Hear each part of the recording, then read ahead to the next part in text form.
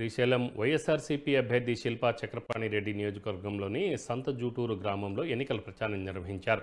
రైతుల కోసం పోరాడే శిల్పా చక్రపాణి రెడ్డి కావాలా, తిట్టుకుంటూ తిరిగే బుడ్డా రాజశేఖర రెడ్డి కావాలో నిర్ణయం తీసుకోవాలని ఆయన ప్రజలను కోరారు.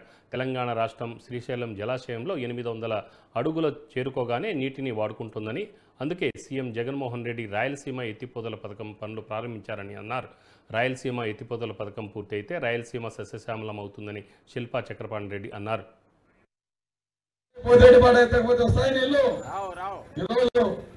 బంగపోయి నేను ఎంతోరగా దౌర్జన్యం బెదిరించుకొని మనం మనక చెట్ల నుంచి కూడా నీళ్లు తిప్పి వెలుగొడుకు తీసుకుంటున్నా. రైతాంగం గుర్తుపెట్టుకోవాల్సింది ఒకటే, ఎవడైనా అదృష్టవంతుడు ఒకటి ఉంటారు, దరిద్రుడు 10 మందినే వేస్తారు.